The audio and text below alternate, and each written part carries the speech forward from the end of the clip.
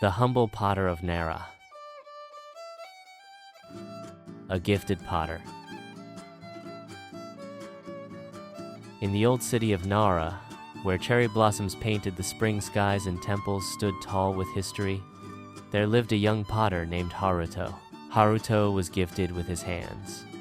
With simple clay and water, he could spin bowls so smooth they gleamed like mirrors, and teapots so delicate they seemed almost alive. His work began attracting nobles, merchants, even monks. Soon, people whispered, "Haruto is not just a potter, he is an artist unlike any other." At first, Haruto bowed humbly, thanking his customers. But as the praise grew, so did his pride. He began to think, no one in Nara, or even all of Japan, can rival me. The arrival of the old man. One rainy afternoon, as Haruto displayed his work in the market, an old man in a faded robe stopped at his stall. His hair was white, his hands wrinkled, but his eyes were sharp. "These are fine pots," the man said softly. "But they lack something." Haruto bristled. "Lack something? Look at the smooth glaze, the perfect form. What more could they need?" The old man smiled faintly. "They lack humility." Haruto laughed out loud. "Humility?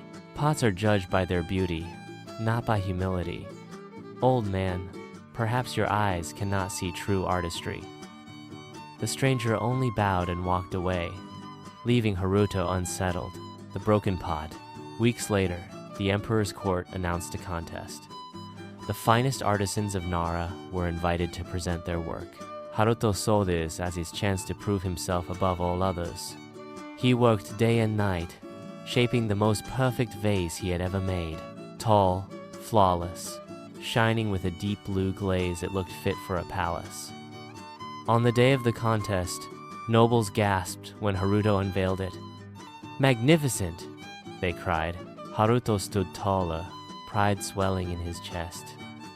But just as the emperor approached, a small crack split the vase from top to bottom. With a loud snap, the vase collapsed into pieces at Haruto's feet. Gasps filled the hall. Haruto's face burned with shame. His pride had turned to dust. The return of the old man. As Haruto gathered the broken shards, someone touched his shoulder. It was the same old man from the market. "Clay remembers the hands that shape it," the man said gently. "When pride fills the maker, the work grows fragile. But when humility guides the hand, the work endures." Haruto stared. "Who are you?" The old man bowed. "Once, I too was a potter. I learned too late that pride cracks what humility could strengthen." With that, he slipped away, leaving Haruto to ponder his words. The humble path. Ashamed but wiser, Haruto returned to his workshop. This time, he no longer shaped clay for fame or glory. He shaped it with gratitude for the earth that gave clay, for the fire that hardened it, for the people who used his bowls to eat rice and drink tea. He began repairing cracked pottery with kintsugi, the Japanese art of filling broken lines with gold. Soon, people admired his bowls, not for perfection, but for the beauty of their flaws, transformed by humility into strength. Years passed, and Haruto's name became known again. But when people praised him, he only bowed and said, "The beauty is not mine. It belongs to the clay, the fire, and the lessons I was given." And in that humility, Haruto's work lived on for generations. Moral of the story: pride seeks perfection, but humility finds beauty even in the broken. True greatness comes not from showing off, but from serving with a humble heart.